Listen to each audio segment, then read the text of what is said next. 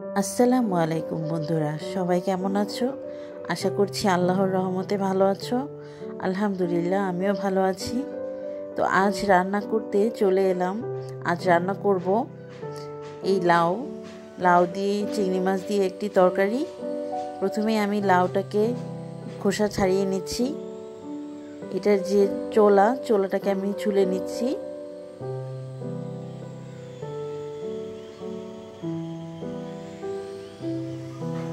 এবার পানি দিয়ে ভালো করে ধুয়ে নিব।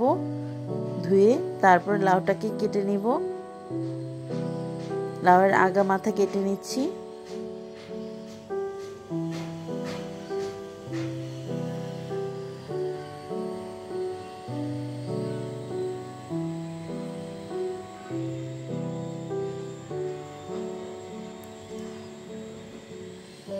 লাউটাকে ভালো করে ধুয়ে নিয়েছি। এবার লাউটাকে কেটে নিব।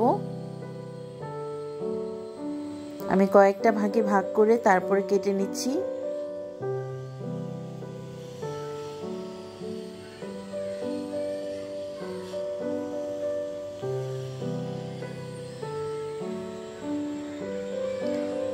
তো এইভাবে আমি সম্পূর্ণ লাউটাকে কেটে নিচ্ছি।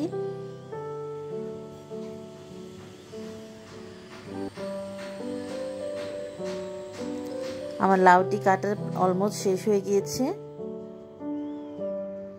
এই দেখো, এবারে পেঁয়াজ কেটে নিচ্ছি।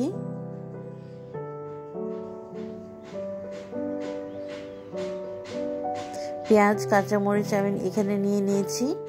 আরও নিয়েছি চিংড়ি মাছ। এই চিংড়ি মাছ দিয়ে আমি লাউটাকে মজা করে রান্না করব। তো আমি কিভাবে মজা করে রান্না করি চলো দেখা যাক। প্রথমে আমি কড়াইয়ে তেল দিয়েছিলাম। তেলটা গরম হয়েছে। গরম তেলে কুচি করা পেঁয়াজটা দিয়ে দিয়েছি। চুলার আঁচটা এই পর্যায়ে একদম হাই হিটে রয়েছে। আর অনবরত নাড়তে থাকবো, তা না হলে পেঁয়াজটা পুড়ে যাওয়ার সম্ভাবনা আছে। দিয়ে দিলাম আদা রসুন বাটা 1 টেবিল চামচ। এটাকে ভালো করে আমি নেড়ে চেড়ে দিব, যেন এটার কাঁচা গন্ধটা চলে যায়।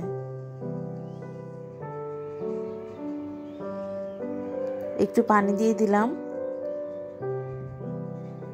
পানি দিয়ে ভালো করে নেড়ে দিলাম। এবারে এতে এক এক করে গুঁড়ো মশলাগুলো দিয়ে দিব। প্রথমে দিলাম 1 চা চামচ পরিমাণ হলুদ গুঁড়ো। এবারে দিব 1 চা চামচ পরিমাণ মরিচ গুঁড়ো। মরিচ গুঁড়োটা আমি একটু বেশিই দিব। ধনে গুঁড়ো 1 চা চামচ পরিমাণ। ভাজা জিরের গুঁড়ো 1/2 চা চামচ পরিমাণ।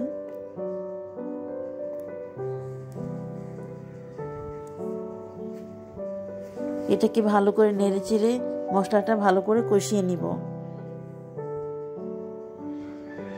আরও একটু মরিচ গুঁড়ো অ্যাড করে দিলাম কালারের জন্য।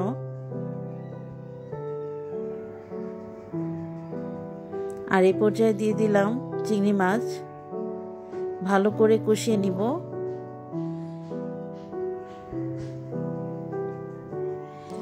স্বাদ মতো লবণ দিয়ে দিলাম। ভালো করে কষিয়ে নিব।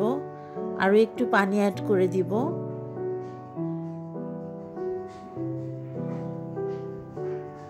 মশলাটা যত বেশি কষাবো ততই তরকারির টেস্ট বেড়ে যাবে। এটা আমরা অনেকেই জানি না। মশলাটা খুব ভালো করে কষিয়ে নিতে হয়। এখন দিয়ে দিলাম কেটে রাখা লাউ। এটাকে উল্টে পাল্টে ভালো করে কষিয়ে নিব।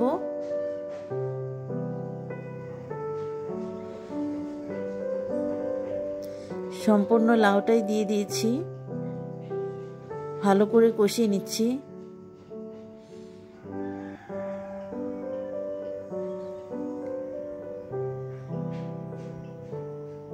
একটু পানি দিয়ে দিলাম।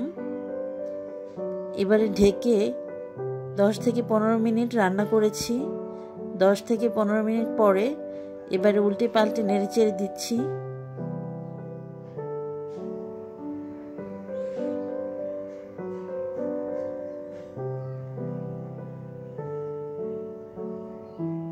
রান্না তো আমরা সবাই কম বেশি পারি, তো এক একজনের রান্না এক এক রকম, ভুল ত্রুটি হলে ক্ষমা সুন্দর দৃষ্টিতে দেখো কেমন।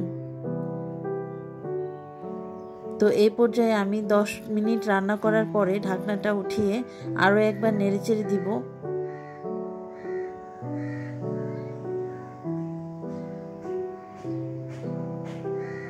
এবারে পরিমাণ মতো ঝোলের পানি দিয়ে দিব। পরিমাণ মতো ঝোলের পানি দেওয়ার পরে 10 মিনিট আরও রান্না করতে হবে। তো ঢেকে 10 মিনিট রান্না করছি। ঠিক 10 মিনিট পরে ঢাকনাটা উঠিয়ে আমি এতে কাঁচামরিচ দিয়ে দিব।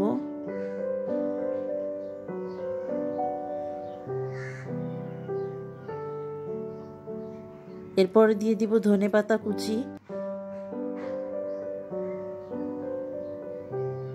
ধনেপাতাটা দিলে তরকারির স্বাদ অনেক বেড়ে যায়। তোমরা হাতের কাছে না পেলে স্কিপ করতে পারো। এটা আরও 5 মিনিট রান্না করেছি। আমার তরকারিটি অলমোস্ট হয়ে গিয়েছে। এই দেখো তরকারির ফাইনাল লুক। তো দেখতে কেমন হয়েছে? অনেক মজার, তাই না?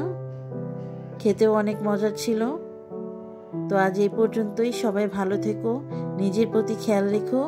আল্লাহ হাফেজ।